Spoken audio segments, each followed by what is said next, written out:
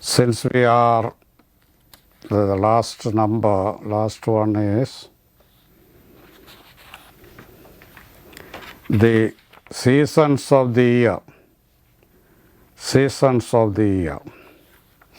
There are 4 seasons: the spring, then the summer, then the autumn, and the winter. In Indian, we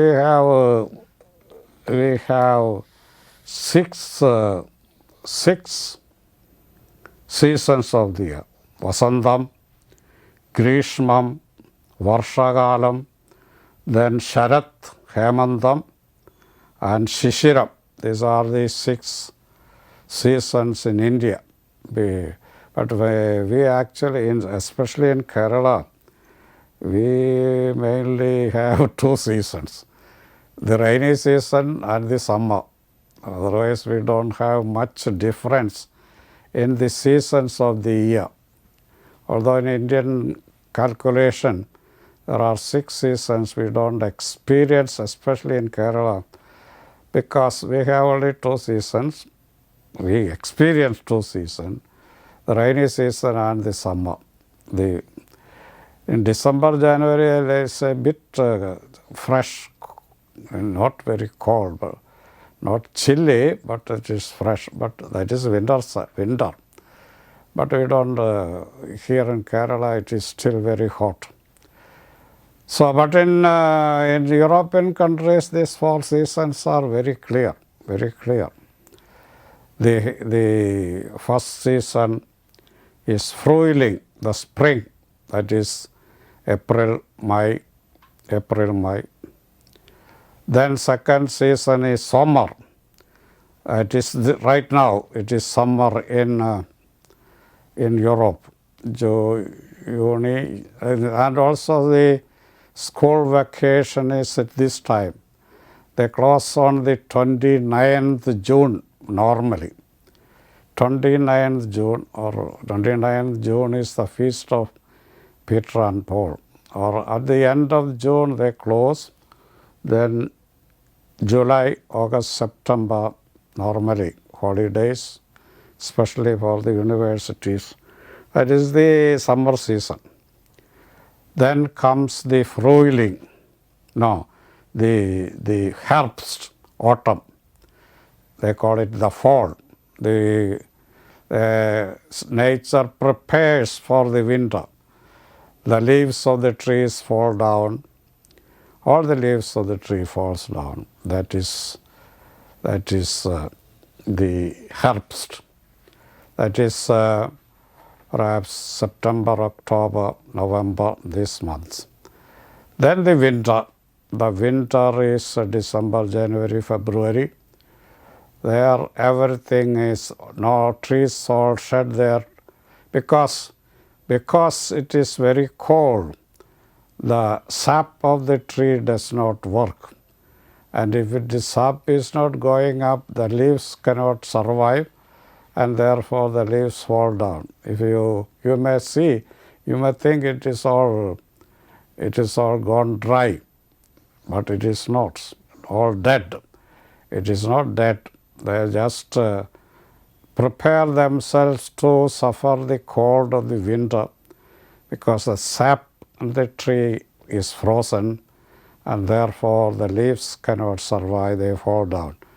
But they will endure the winter months, and then in the Frühling, the spring, it is April, May, everything. It is very clear, very distinct. The seasons, not like us. So the seasons, that is also we learned today. Frühling is spring.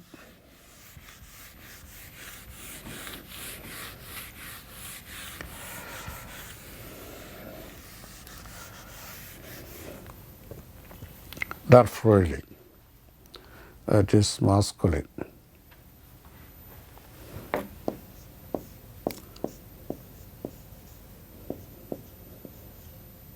There is umlaut for you.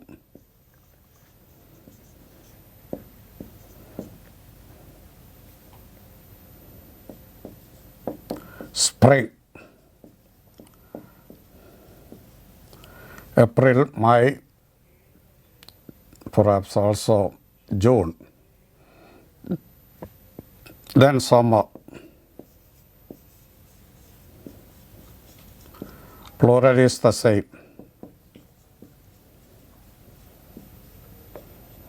Summer. Then der Herbst.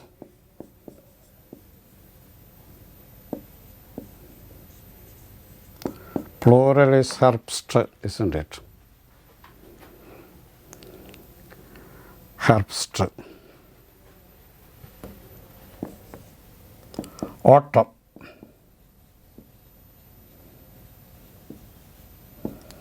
Autumn.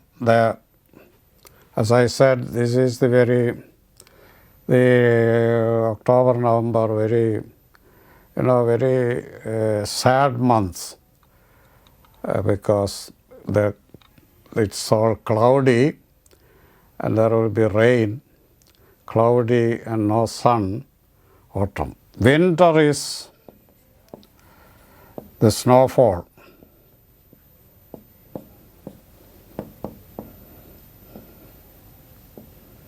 It is a wonderful time, winter.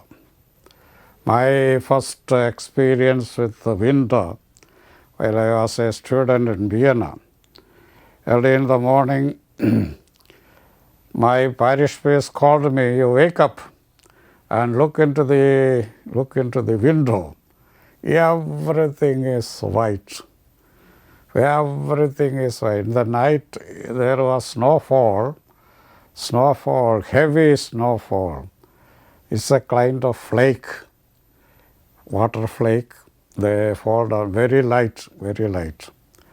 They fall down and thousands and millions fall down. Then it knee-deep snow or sometimes more. Sometimes the cars and vehicles parked outside will be covered with this snow.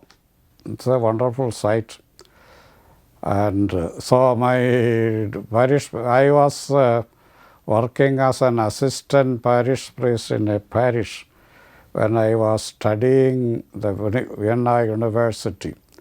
So for that I was given a stipend for my expenses. It was a good arrangement. I was sponsored by the then Cardinal, the famous Cardinal Franz Koenig of Vienna.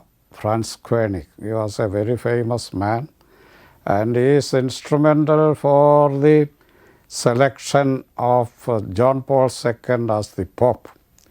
He inspired the cardinals to select him as the Pope. He was a very eminent personality, Cardinal Koenig. He has come to India once.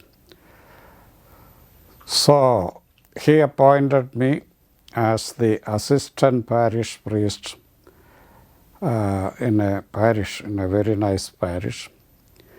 He said to me, "I can support you, your education. You can stay in our seminary and I will pay the expenses. But I can appoint you an assistant parish priest. Then you get a stipend, a remuneration. You can live with that." Then I said, I better be an assistant parish and work in the parish and then get my remuneration. So I was assigned to a parish, a very nice parish where the people were very rich, doctors, engineers, all these type of people. Very rich parish. My parish priest was also a very gentle man. He said to me, "For 1 year, you don't preach. You prepare for then. After 1 year, you have to preach on Sunday in German language." So for 1 year, I was given leave. As an assistant parish priest, I have to do all these duties, but he said, because of his kindness, you don't preach for 1 year. Then you will have to preach in German language. That is. So there it was there the Vienna. It is the continuation of the Alps mountain, and therefore the snowfall is very heavy in that area, Vienna. But in Salzburg, it is much more snow. It's a wonderful experience for the first time to see this. So my parish priest called me, woke me up in the morning before the time and asked me to look through the window outside, which was a wonderful sight. That is winter. Very cold around, normally in Vienna, -2, -3, very rarely till -10. -10 only 1 or 2 days, not more than that. -10 means very cold. Very cold. When you say Mass, Holy Mass, you have to stretch out your hands sometime. The hands will be numb. It will be very cold in the church. Church heating is not very efficient because church is a huge place. The heating in every church is not very efficient because it is very spacious. Without heating, you cannot survive. The room is heated, the vehicles, car, bus, everything is heated. Without that, you cannot. Then you have to put on a number of clothes to cover yourself, to protect yourself from the winter wind and winter cold. So these are about the time. Now, I think I wanted to start the next lesson, next grammar, that is verb. Where is it?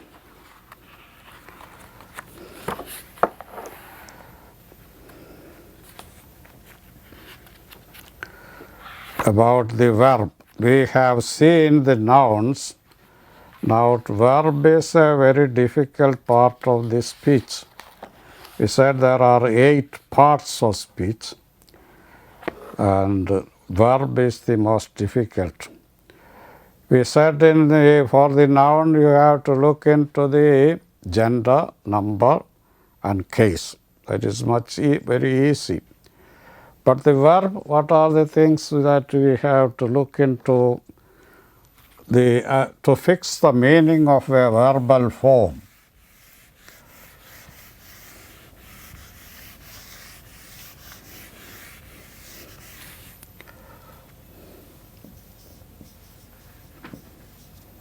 Verb.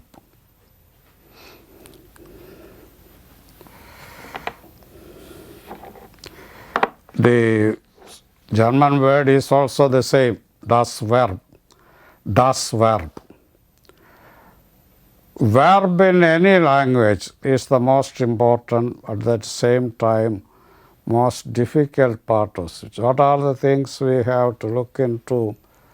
German number.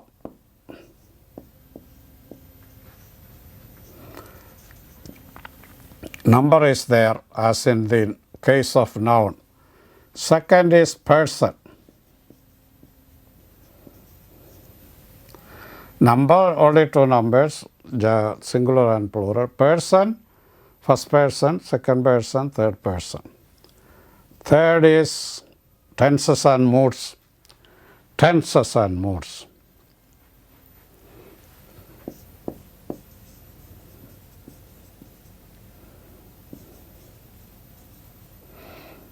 This is very difficult. Modes, tenses and moods. Person 3. Tenses 3. Modes are, indicative mood, subjunctive mood, imperative mood, etc. Indicative mood, subjunctive mood, imperative mood. 3 modes. Tenses are 3. Modes are 3, but it can be more. Then, Infinitive. The infinitive.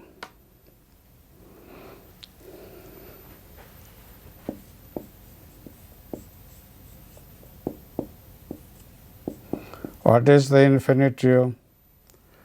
To do. This is infinitive. This is not a, this is neutral. To do. So in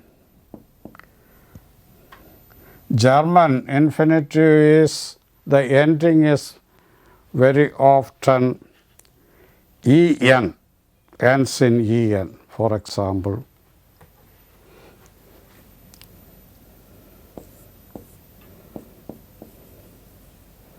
or simply e. For example, kaufen. So this is to buy. Or laufen.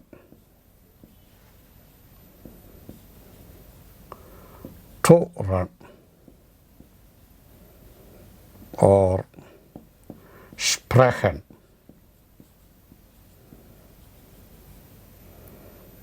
To speak. Or beten.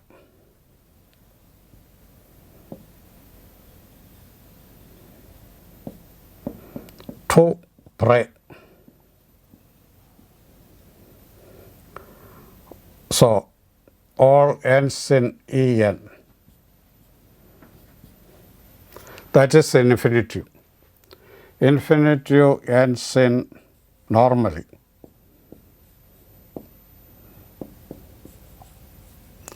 Sometimes simply e, very rarely.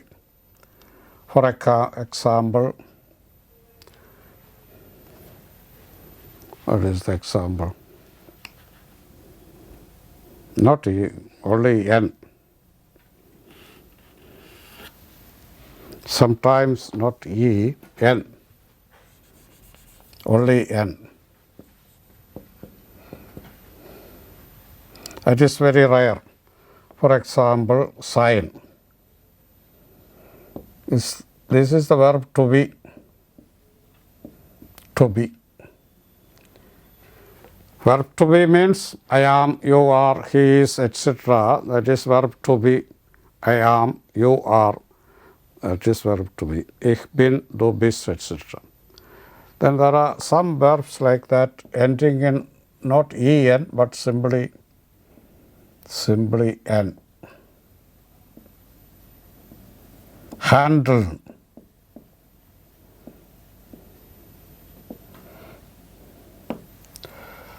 So that is the infinitive. Infinitive normally ends in en. In English, infinitive we say with to go, to come, to sing, to eat, to sleep, etc. To is the infinitive. That is, to is everywhere the same. But in German, you have infinitive is with the ending, in the end.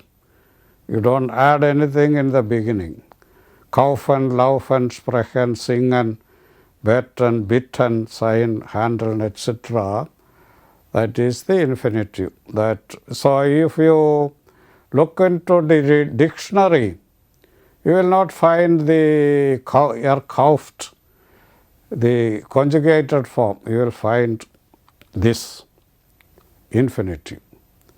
In the dictionary, you refer to a word, you will find the infinitive there. In Sanskrit, if you look into the dictionary, you will find the dhatu, the stem. The stem. You should know the dhatu, not the conjugated form. That is much more difficult. So the dhatu of each verb is very, very, with a lot of exceptions. You cannot categorize them very easily. So verb you have to look number 2, singular plural, person 3, first person,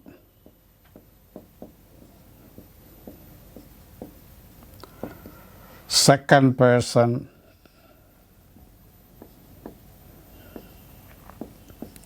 and third person.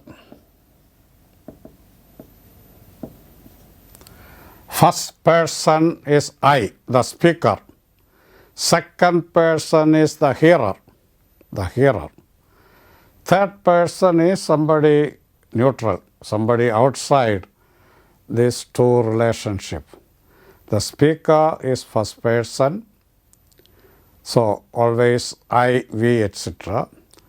The hearer is the second person, thou, you, etc. And the third person is outside the scene, he, she, it, etc. He, she, it, they, etc. That is third person. Tenses are three that you know: present tense, past tense, future tense. But there can be in German present, in Sanskrit present tense is only one, but past tense is, I think, 4 types of past tense. Perfect, plusquamperfect, like that. There are three or four forms of past tenses. Sanskrit future tense is 2, future vote tense 1, future tense 2. So that is why I said it is extremely difficult, the verb, the conjugation. If you conjugate a word in Sanskrit, one verb, there are 90 forms in Sanskrit. One verb, 90 forms. Then you can form adjectives from the verbals, isn't it? The present, the present tense you can, continuous presence, past tense is also an adjective. Gone is an adjective. That also to be declined. So that there means from a verbal root in Sanskrit you can create at least 400 words, around 400 words.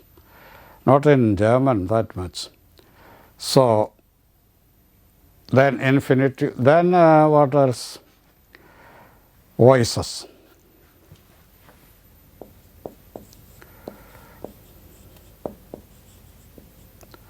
Active and passive.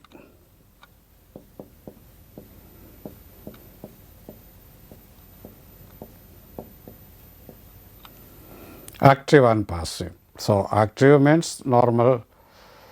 Passive is normally we translate by. The boy is beaten by the teacher. The boy is beaten by the teacher. That is passive voice. The teacher beats the boy. That is active. The teacher punishes the boy. That is active. Passive is with the word by. The boy is punished by the teacher. That is passive. Active and passive voices. It also part of verb. Then you have transitive and intransitive or regular and irregular verbs.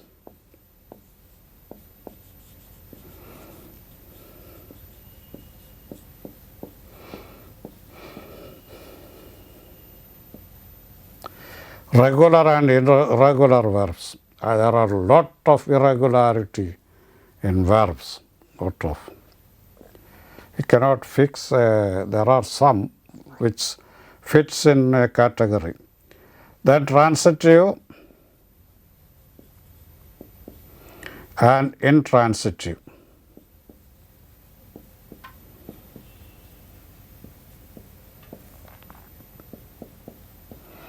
It rains. There is no. It rains. You cannot express otherwise. It rains is intransitive. Transitive is with subject and object. It rains. There is no. It is not a complete sentence. That sense.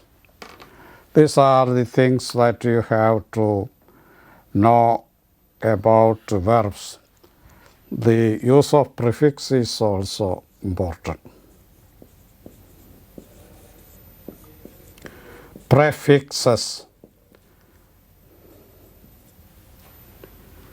Prefixes. Prefixes changes the meaning. As I said, in Sanskrit is very clear. Gacchati means to go, agacchati means to come, samgacchati means to come together, bahirgacchati means to go out. So the prefixes changes the meaning, sometimes just the opposite meaning, or sometimes it intensifies the meaning. So prefixes has a vital role, especially in Sanskrit and in German. The Upasarga. In Sanskrit we call it Upasarga. There is a Sanskrit sentence. Upasargena thatvarto belad anyatra niyade. Ahara, vihara, samhara, parihara vat. By upasarga, the meaning is led away from the original. Example is ahara, vihara, samhara, parihara. The root is the same. Har. Har is the root, to take away. But aharadi means to eat, but also to bring. Viharadi means to play. Samharadi means to kill. And pariharadi means to make amendment, to atone. So the changes, by the prefixes, the meaning completely changes. Complete. The root is the same, har. Ahara, vihara, samhara, parihara vad. So upasarga, by upasarga, meaning change. These are the 8 things that you have to know about the verb to fix the meaning of a verb. So we will slowly learn. We may not go, I don't think we will be able to do all the tenses, all the modes in these classes, only the present tense and something like that for the daily usages. We cannot go into very detailed study of the tenses and modes. It is very difficult. The rest is very easy. So these things are the things that pertains to a verb. Number, singular and plural. Person, first person, second person, third person. Tenses, the present tense, past tense and future tense, which can be the 3, but it can be different varieties of this. And modes, mainly indicative mode, imperative mode, and subjunctive mode. Indicative, imperative, and subjunctive modes. Then infinitive is the thing that by which you designate a verb. Kaufen. You look into the dictionary, the infinitive form. In English, it is always with the 2 words. To go, to come, that is infinitive. But in German, it normally ends in en, but can be also simply en only. En or kaufen, laufen, sprechen, beten, singen, rennen, etc., etc. Then voices, active and passive. Active voice is with subject and object, normal sentence. Passive voice is translated by the word by. The regular and irregular verbs. Then transitive, intransitive verbs. Then the prefixes changes the meaning. So we stop today. We will continue next day. Okay. Next day we will conjugate in present tense the verbal form.